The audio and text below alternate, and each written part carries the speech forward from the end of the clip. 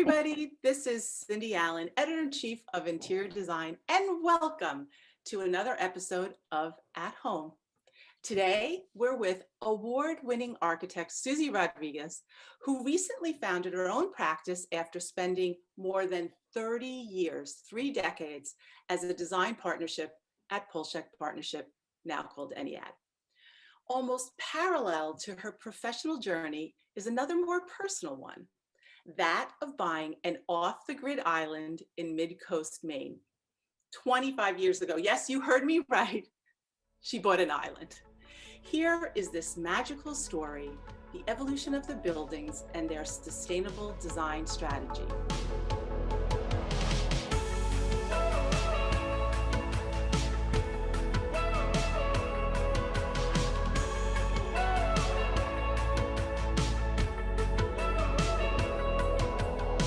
This is going to be a special one. Hey, Susie. Hi there. How are you? I'm great. I wish I was on that island right now, actually. I know. This is such an amazing story. Okay, I want to share the whole thing and tell us where the island is situated and what you built on it. And then we'll back up and dig into it. Well, first of all, it's a little island. It's not a big one. So it's not as grand as one might think. But what was really appealing about this was that it was this fairly special magical place, Fiddlehead Island. We didn't name it, it was named that. But we had grown to love this area, mid-coast Maine and the Penobscot Bay, and going there with my family. So we had this chance to look maybe for a spot for ourselves. And because we'd been, I'd say, introduced to island life in these cabins where my parents would go, we ended up, after looking at lots of places, we found this one opportunity. Nothing seemed good enough if it wasn't a little island and remote and maybe a lot of work and really hard. So we found Fiddlehead and were able to convince the owner to sell it to us. She was a really wonderful woman. This is in 1993. And we did that, figure out how to pay for it, and then come up with a plan. So what was originally on the island and what did you end up building on the island? When we arrived on the island, there were 3 structures: outhouse, 8x11 cabin, and a 5x7 bunk house. And with that as inspiration, the first step was creating a new cabin, and that resulted in, instead of one structure, it's 2 interconnected structures with shed roofs that pitch to the center and we collect the water. So and they're all based on an 8-foot module inspired by the original little cabin. We always call it the big mansion of 8x11 that looks out over the view.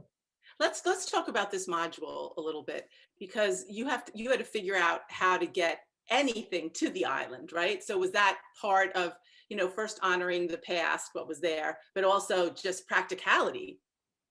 Yeah, and 8-foot is quite convenient, as most architects know. Plywood, everything comes in 4x8. And then the structure, which you can see in all the cabins, is based on that spacing. And so then it was 8x16, the width, and then 8 times 5 is 40. So it's a kind of a math problem, a little geeky maybe, but it became something that you could identify the components and all the pieces, get them on the barge, and try to pack the barge because it was really expensive every time the barge came and went. I bet. So that was important. The first 2 structures were the main house, which is where living and dining and kitchen, and up in the loft, a bedroom and a little study. And then attached to it was a guest house. And so that was there for quite a while, I'd say at least 10 years. Then after that, I had a son after we built these, and started to realize he wasn't in the program in the beginning, and realized you got to the point we had to say, like, go to the barn. And so we built one, and it was based on the same structure, same timber frame structure. So we built the barn. And then probably about 5 years later, we built one more structure, which is a workshop. Because as you know, when you're on this little island, lots of things have to be taken care of. And you need a place to put the mower, the equipment, the nails, and something my husband really enjoys. We moved the big mansion, the one that was right out there out front, we moved it inboard into the island. Well, take us inside the cabin. The cabins are so modern and natural as well. But like, I love the shapes. I love that you were explaining about the water. But tell us what's in each of the cabins and what's in the original cabin too. Oh, well, okay, so they're all wood. They're 100% wood with the little steel connections. And so the original cabin, the one thing that's great is it had postcards all over the ceiling. Oh, And then this is the two women that own the island. They would come in a boat. So there's a little table, it's a flip top table, there are directors' chairs, and there's shelves in between the 2x4s so you can put stuff. Our first building, it's built a little differently. It's the timber frame, but it looked really clean and simple when we first moved in. And then you can see over the years, it starts to accumulate layers and layers of things. But I think that there's shelves and there's all the findings from your walks. And the other thing was also the furniture was really fun to slowly find. Like the couch is something I designed, and it can have it flip top up and you can look at the sunset. And then like the dining room table I got on eBay, and then the chairs for some Smith and Hawkins, which doesn't exist anymore. But these, it's again, not about fancy, it's about durable. And then you've got like Alto, those round dots, the table. love them. One has a smashed corner because once anything arrives in the island, you're never sending it back. So you have to accept that. And then the newest addition in terms of sort of thinking about living there and comfortable was we had this great trip to Fogo Island, and they have a great workshop there. And so we found the chairs, and so they're all over. They're beautiful. They're beautiful. Yeah, they're so comfortable.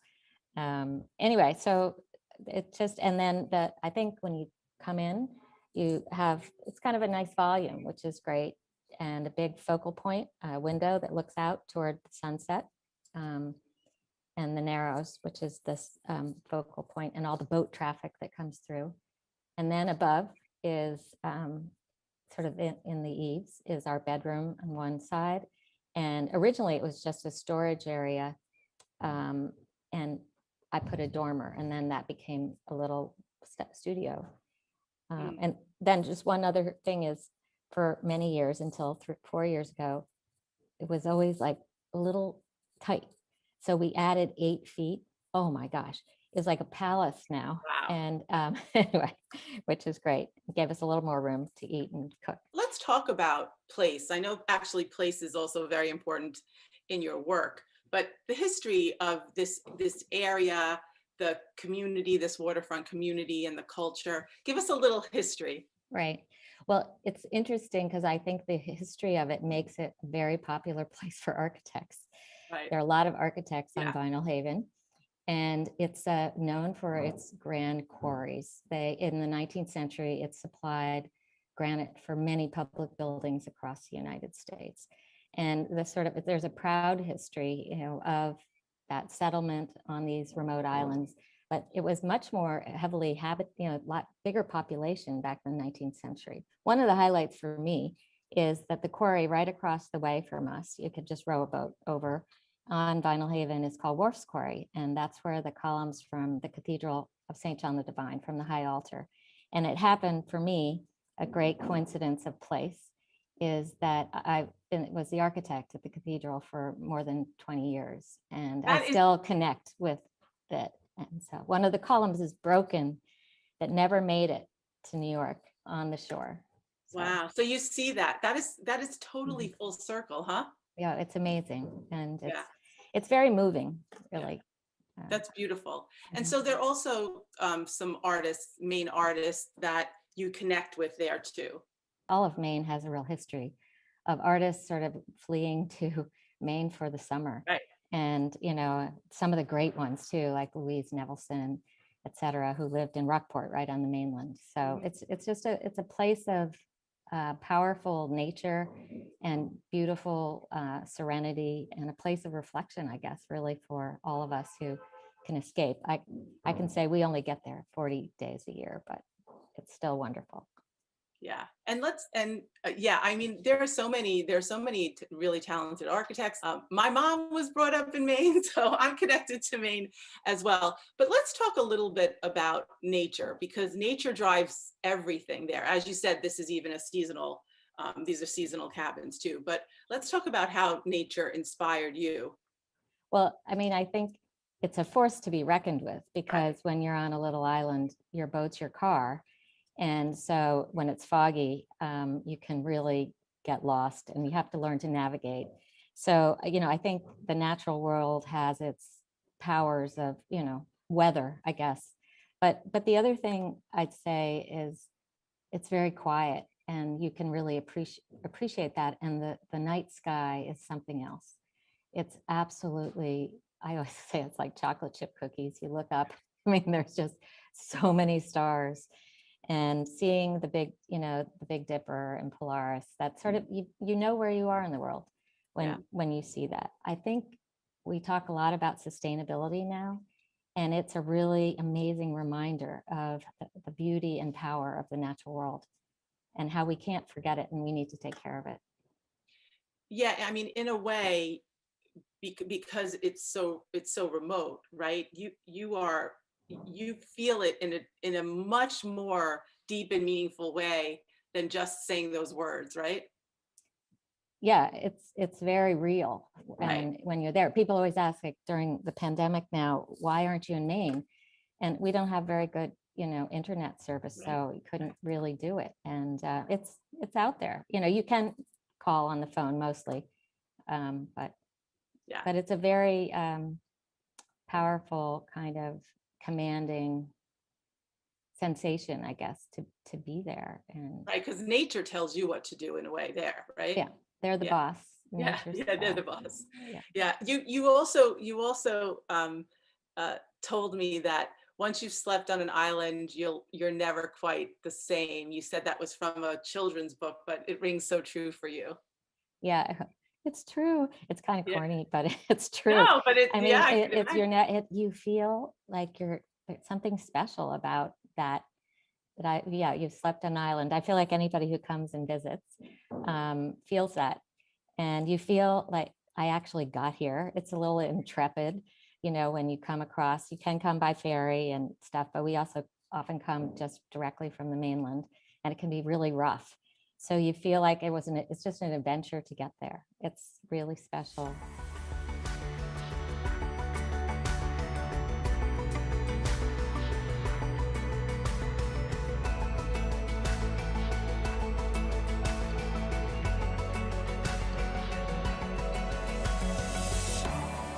This is 25 years in the making plus, right? Moving forward. Yeah. So tell us, I kind of want it to be a little bit of a case study for anybody who can buy an island, right? Yeah. So take us through from the aerial plan to docking and the issues that you had to overcome to build. Sure. Well, if you want to buy an island, you need a benevolent seller who will do Right. owner financing. That's Right. very First things important. first, right? Yeah, very, very important. And you have to make sure it's affordable. But you arrive by boat. We have a bunch of little boats. You can't have too big a boat, because when you go grocery shopping, you go to town. And if your boat's too big, it doesn't fit on the town dock, or it's pretentious. So just a little boat, one with cover helps. But you come and you arrive, I'd say the downfall of our design strategy is you have to bring everything up a pretty steep hill. So some people call it Heartbreak Hill, but you have to kind of schlep everything up the path, which is a beautiful path. It feels a little like being in Kyoto or something. Mhm. And then the first thing you see is one of the original little cabins, which was a little bunkhouse. And as you come up and around, you'll look up and you'll see the main cabin. Mm. And it has a big articulated overhang, because the larger the roof, the more water we could collect. And so that was a very important part. We have a dug well. But anyway, you arrive, and then there's a kind of walkway that you move, and there's the entrance is right to the side. And you come in, and it smells so good. The inside, the pine, and it's really kind of wonderful. If somebody's staying with you, they go around the corner, and they have their own little cabin. They're like, "Is this where we get to stay?" And that one is 12 by 16, and originally didn't have a bathroom, but that became really not great for my parents in the middle of the night.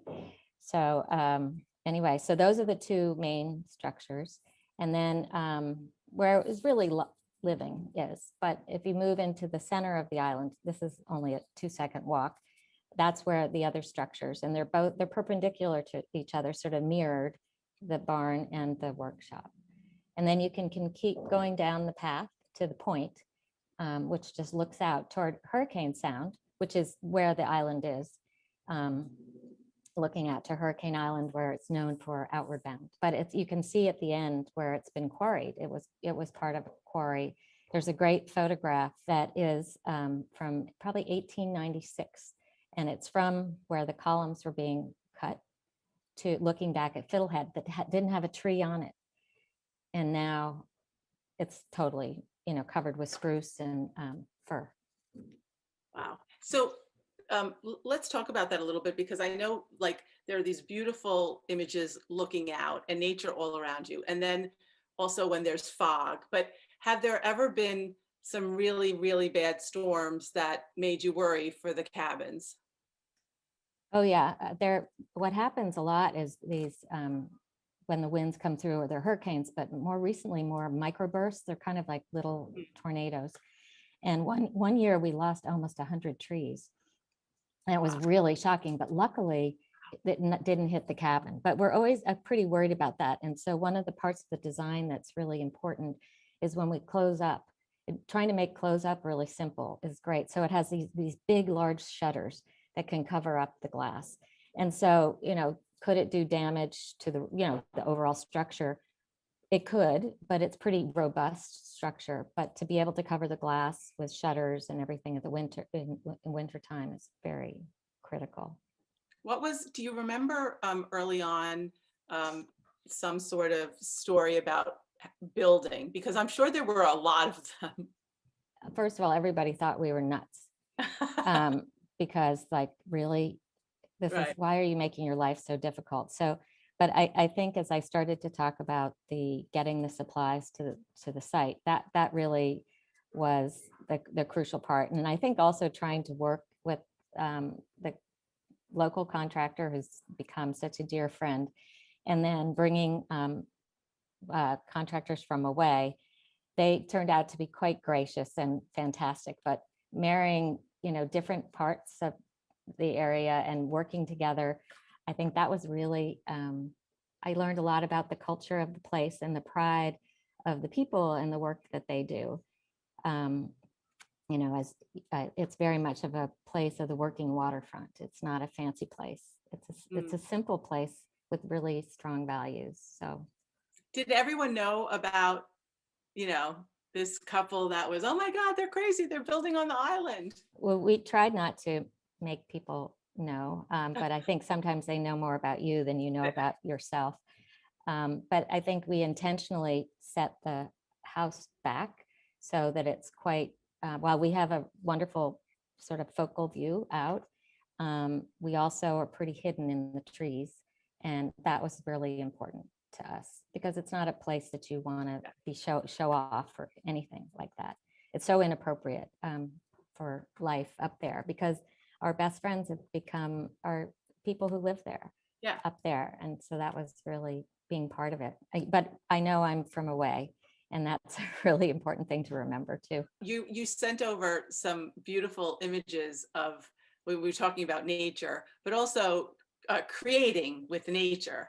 And tell us about some of these really pretty artworks that you've designed. Well, they're just about found things. So maybe they're a little natural data or something, but they're, when you hike around and you find things. And I think my mom inspired a lot of this. She collected all these, over 35 years, she's collected this basket of sea urchins and cleaned each one. And that was like the best gift. She said, you need this. But all of these things you find on the beach or find on your walk, and you assemble them. And so driftwood is kind of the base, and then just the right fit of one piece or a series, make these little, I don't know, they're just personal. Nobody's really ever seen them except coming to up in my dormer where I have them and I make them.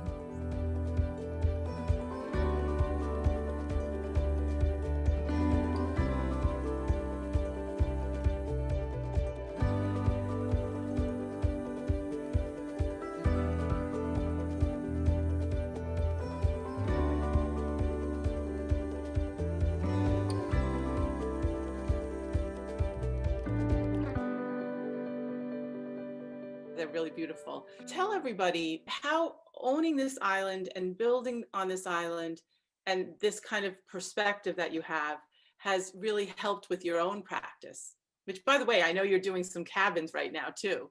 Yeah, well, I had a long relationship with the Chawanki Foundation, which is a wonderful camp and a little south. And we just starting first summer, this will be the new girls camp. But how this, I would say the simplicity, the importance of nature being the boss, ruling, and being sensitive to understanding how something can last. And one of the things I like to think about is what we do as architects is we overlay on top of something, a place. And whether it's like in the middle of the city, which I, do so much work in the city, or is it on a natural setting? But no matter what, you have to be aware of what's gone on before and what the weather is, where the sun is. And I think when you're in a place where you don't have a lot of the infrastructure that you might have otherwise, you kind of have to go with it and work with it. And then it becomes part of the way, it's like breathing. You have to go with it. And I think that's influenced a lot of what I do. I'm always thinking about that, even if it's in the middle of the city. Or also, how do you bring nature to an urban environment? I think that's an important relationship that people need to preserve and maintain. So, like, what would we do without Central Park? Right, that's true. That's Yeah. very true. So Susie, what kind of restrictions do you have in terms of what you can build on the island? Well, one of the, I guess, qualifications for purchasing the property is that it had one of the first easements by the Maine Coast Heritage Trust. And what that means is there was really clear outline by the owners with Maine Coast Heritage Trust as to the limits of what could be built. And so it could have a single family house, it could have a boathouse, it could have a storage building.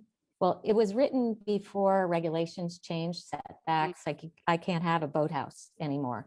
So what the barn is a boathouse. And then we needed the water tower, which we have a New York City water tower at the top where we collect all the water. So, but we worked with Maine Coast Heritage Trust in a way to update, but keep the size and scale of all the construction to within the spirit of what the original easement was written. So you're saying you're kind of done. We're done. Yeah. I mean, unless we wanted to take this down, yeah, we're done. But there's always things that you can manipulate and try to make work better for you as you think through it. So I think in a way they are these spaces that in some ways are very flexible. One of the things that's really great is that it's sort of like being on a boat. You come to your cabin, but you really don't want to overwhelm it because it is about being outside. So right out in front of the main cabin toward the view, that's kind of until it gets cold in the evenings, but that's where we gather. And it was really great because that was a tradition that worked pretty well last summer with COVID. But you're out, it's sort of your outdoors. And so the placement of the buildings are quite critical because then they create these outdoor rooms for different things. And like when my son was younger, where the barn was placed was such, so it was a big space so everybody could play wiffle ball. And now it's been taken over by the heather and it's gorgeous. But I think it's this dialogue between outside and inside, and how they have to exist together, sort of reciprocity between the two. When you make these places that are very personal and special, but places where, given what we do, it's the place that inspires you to do your work. And so then I think you have all the room to push out and do more work.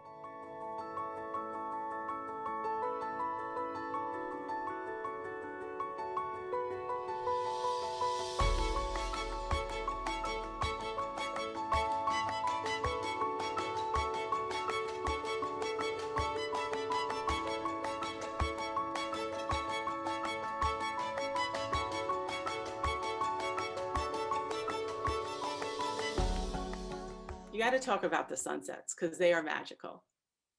Well, the sunsets. So we have thousands of pictures of the sunset, because every night when there is one, it's like, oh my gosh, this is the most beautiful sunset. And finally, I made these moo cards for my son and my husband that gave them a zillion sunsets, because everyone is magnificent. And then you look at your pictures and you're like, oh my gosh, another sunset. But that's really what gets you. And right in the middle of July, it sets, and exactly on axis with the narrows. And it's just like keyed into the center of the window in the living space. And that's like perfect. Right. So you're like, that's the perfect one. No, that's the perfect one. Oh my God, there's way too many, right? Yeah. Oh, it's really, really great. Yeah, it's beautiful. I mean, it's such a magical story. It's something that I think most of us maybe once would have a dream about and then never think it could happen. And do you think, I do believe things happen for a reason. Do you think it was because of the history with your family and that cabin, that it was a possibility? Well, I think we knew it was possible because of that experience. And we realized how, if you keep things really simple, you can have quite extraordinary places. They don't need to be elaborate. And so, but it's not for everybody. Right. It really isn't, because it's a lot of work. And, right. And you also need some help from people to like get a float and a ramp in. The timing, the weather's tough, but it's worth it. But I think it's, we talk with a lot of our neighbors in the area who we've gotten to know over a long time. And I think you have to be a project person, because as you said, maybe we stopped building, but it doesn't mean you have to keep caring for it. Right. And, the land, when you asked about the storms, when the trees fall down, all of a sudden you have a whole new kind of space, and the cabin can look different because it's more open, which is very weird. You never looked at it from that angle. And, you're creating trails, and this becomes the destination. So. Right. So it does sort of keep going. It evolves. Right? Yeah. Right. Exactly. Yeah. Well, first of all, like you think about being alone on an island, but it's clear to me, for this to happen, you created your own community, which is really, really special. And I could see, like, just seeing some of the work, like in your practice, like the cabins that are upcoming for those gals, like it's all coming together. Susie, I'm looking forward to so much more. And thank you for honoring nature, humble materials, and also the sense of community that all of your work sort of embedded in your DNA, and it's inspirational. And I can't wait to show off more. Well, thank you. It's so nice to, get to know you through this conversation. I know. Yeah. Okay. Okay. Thank you. Thanks, everybody.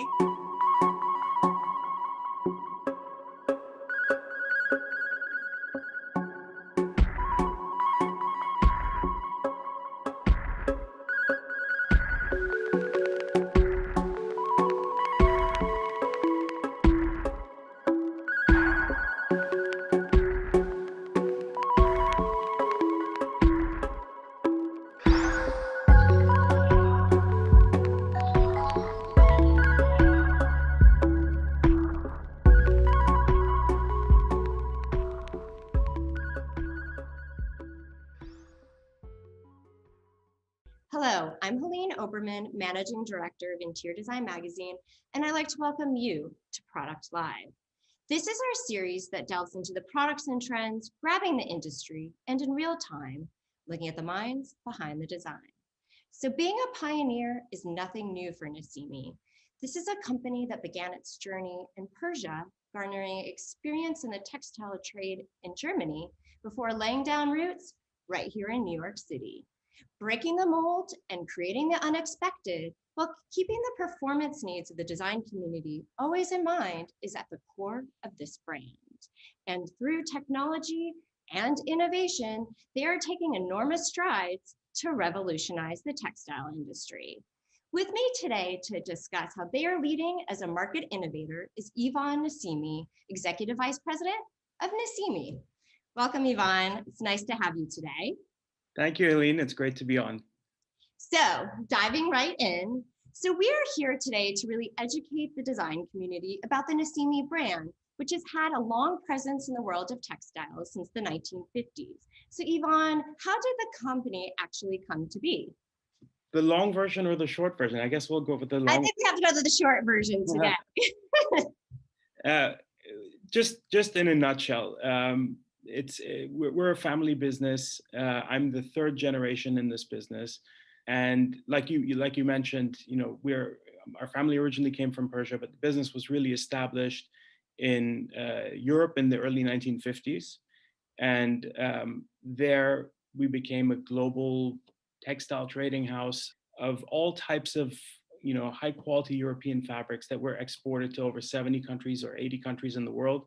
That included upholstery fabrics, decorative fabrics, apparel fabrics, as well as vinyls. In the late 70s, early 80s, one of the family members, Edward Nassimi, decided to move to New York and start a business here, and sort of an offshoot off of the European business, in which they would import vinyl fabrics and distribute them in the United States. So you would really say the face of Nasimi that we really know, here and today was launched when the company first really laid down roots in New York City in 1978. And you were distributing, not manufacturing upholstery vinyl at that time? Yeah, at the time we were distributing upholstery vinyls and other specialty vinyls also. But over time, we've become increasingly focused on the upholstery market, and specifically on the commercial upholstery market, contract, healthcare, hospitality, all of those. So I want to dive in though. Let's just speak a little bit about the brand itself. So obviously you have this great history, a long-standing history of the textile market. But it's really about the ethos of who you are as a brand. And I know that you have really two key philosophies that really help push the business forward, and thinking about a company that really established itself in 1978 for what you're doing. You're really looking at, first off, the idea of quality. And I know that you find it really important not to introduce anything into the market until it's absolutely perfect and right for the needs of what the design community needs. Mm-hmm. So yeah, that's all very true. I would say that it's quality is sort of a given here, but it goes a little bit further than that. We are excited about design and development and just pushing the quality envelope a little bit and making products better. We were the first company to introduce a faux leather in the market, a true faux leather. Before then, all vinyls were vinyl. They were plasticky, they were shiny, they were stiff, and you used them because you had to, not because you wanted to. And we always felt that that's not good enough. We wanted to bring out products that people actually want to use and get excited about, and that we get excited about. So we've always looked towards new technologies and new manufacturing processes and things like that to make the quality, but also the design and the aesthetics of our products better, and the comfort that's associated with it. And in the process, we've been lucky. We've been able to do that a few times, and we did that in the faux leather world. And I think many will agree that we kind of revolutionized that market as a whole, just an anecdote, in the early days when we brought out some of these products, some of the buyers were a little confused. They didn't know where to put it. They didn't know whether to put it in their leather binder or with their vinyls or their fabrics, because it was such a new product. It was, they'd never seen something like it. That very much became an ethos of the company. And we get, quite frankly, we just get very excited about it. We get excited about product development and innovation, bringing something new and meaningful to the market. The other big part of what we do is we don't work directly with the end user, with the designers and architects and so on. Our business is focused around the textile distributors as well as furniture manufacturers.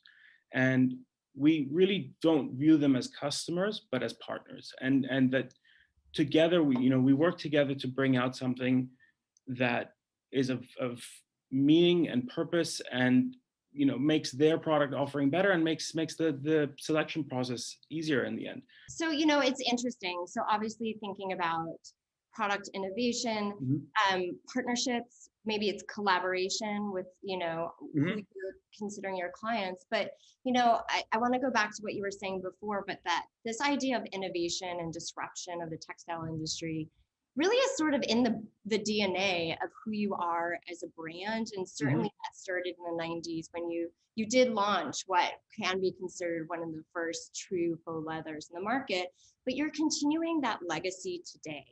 And you actually are just introducing onto the market a new product called Supreme. And given the sort of needs of the design community in this sort of post-pandemic time, really, what are some of the key features that one can find in this really brand new revolutionizing product? Okay. So what led us from faux leather to Supreme is a little bit of a story of multiple innovations in and of itself.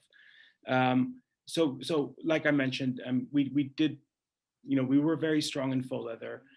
We did the same thing in polyurethane, and we brought out, which is a new chemistry, a new technology again, and did some things there in polyurethane, where we brought out products that are highly cleanable, they're ink resistant, indigo denim dye resistant, and just very, very durable also. Polyurethanes can have a reputation that they don't hold up so well. From there, we decided, let's get into the textile business. And we started, we brought some people in-house that had a lot of experience in textiles and woven textiles. And we just felt we wanted to make that a little bit easier also. And we developed a line of textiles where they're headache-free. They're engineered and designed to be soft and supple and beautiful, and textiles that you would want to have, but at the same time also that they would wear well and perform well, and they meet 100,000 double rubs abrasion resistance, and they don't pill and they don't tear, and they're stain resistant, and they're easy because you don't have to worry about it. You don't have to send them out to be finished because you want them to do a certain thing. At the same time, there were some innovations happening in silicone upholstery, and which we got involved in also, which is it's a brand new resin category. And silicone has benefits that it's also very cleanable, it's environmentally friendly, it's an abundant resource, and it has a lot of inherent properties like antibacterial and antimicrobial resistance or flame retardancy that you can achieve without any added chemistry. So it's also a very environmentally safe and healthy product. So working in these different fields and learning a little bit about these different things and in some ways becoming experts of them, you always look for ways to push the envelope a little bit and maybe do something that nobody's ever done before. If you're lucky, you can get there. And we worked with a lot of our supply partners and our manufacturers in bringing some of these technologies together and pooling some of these technologies, and also drawing on some of their experience in areas that are outside of the upholstery world. We work with manufacturers that also make products for outerwear, like specialty outerwear, or for athletic wear, or things like that. And there's some technology being utilized in those markets. And so we worked for several years with them and tinkered and went back to the drawing board. And we came out with this product, or this product platform, which we call Supreme, which is really a culmination of all of those different things together. It utilizes a silicone in the top coat, in the surface, that gives it incredible stain resistance, where liquids just beat up on roll off of it. At the core of it is a high performance textile that is durable, it's abrasion resistant, it's pilling resistant. And Supreme is, in a way, it's really a composite product with 3 layers. It starts with a woven fabric, a high performance, well designed, soft and supple fabric that goes through a silicone bath, and the silicone immerses itself into the fiber, into the fabric, and becomes one with the fabric and creates an invisible layer of protection that makes it stain resistant, and liquids roll off of it. It's also an environmentally friendly solution. Once that's done, it gets bonded with a performance polyurethane layer, and the performance polyurethane makes the material a complete liquid barrier. Nothing will penetrate through that material. No liquids will go through it. Not if you let it sit on for a day, a month, they won't penetrate. But even more, it's and this is something that's near and dear to us also. It's an environmentally friendly product. We don't use any PFCs in it, or PFOAs, or any fluorocarbons, and so we always try to analyze the what's inside the products and see what can we do better, what can we do differently, without sacrificing any of the performance, but maybe have a healthier and better option. Basically, the introduction of Supreme was taking sort of these years of working with all these different sort of specialty materials to be able, and of certainly your partners, to come up with something that is durable, has high performance, the cleanability that one needs. But also, I know what's really important for Nasimi, and you just touched on, is the fact that it actually is sort of has, you have a concern about the environmental impact of your products, and Supreme really holds true to that, correct? So as a company, we always look at ways of making our products better. And we talked about improving the performance of the products. We talked about the aesthetics and how important those are to us. But one other area that we take very seriously, and it's very near and dear to us, is making the products better environmentally and be more environmentally responsible. And when it comes to our faux leathers, we were the first company to remove all phthalates from our faux leathers. We've removed all flame retardant chemicals or biocides from all of our products. And when it comes to Supreme specifically, we achieve this incredible stain resistance without the use of any fluorocarbons or PFCs or PFOAs, which are frowned upon. And instead, we use the silicone layer, which gives it the protection. So that makes the product Prop 65 compliant and healthy hospitals compliant. So certainly you're thinking about both the health and well-being of the environment, but also for the inhabitants within a space as they're utilizing it and where your products are used. Very much so. I mean, I have 3 children, and I'm happy to use a lot of our own fabrics in my own home. My own furniture is upholstered with them, and it's something that's on our mind. In wanting to bring great products to the market.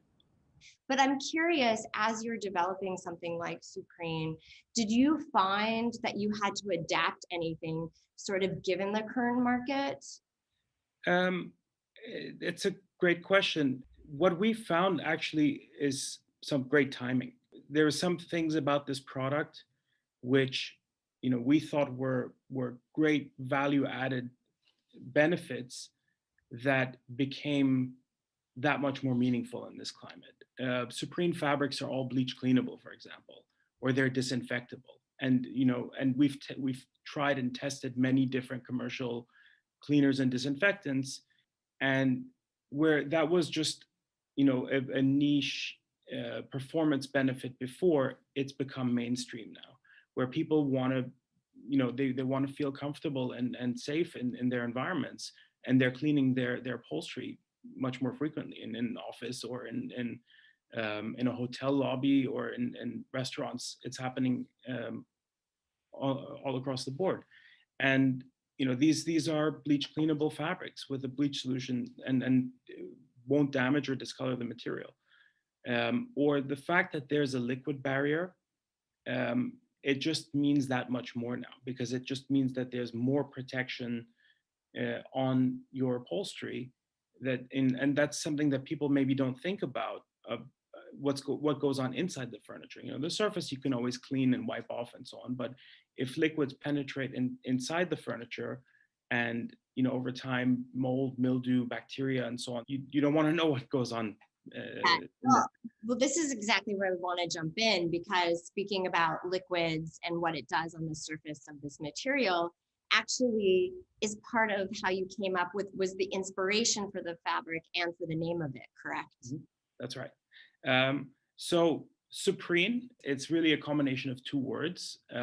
Supple, because the material is just so luxurious and soft and supple, and something that when you hold it in your hands, you really, you just want to play around with it. It feels so nice. And preen, and preen, like ducks or other aquatic birds do, where they excrete oils across their feathers that makes liquids or water just roll right off of them and cleans them, in effect. It's a combination of those two things, and the logo or the icon of the Supreme brand is also a duck for that reason. And we have little ducklings that we made out of our material that everybody loves. My kids still think it's Supreme. Yeah.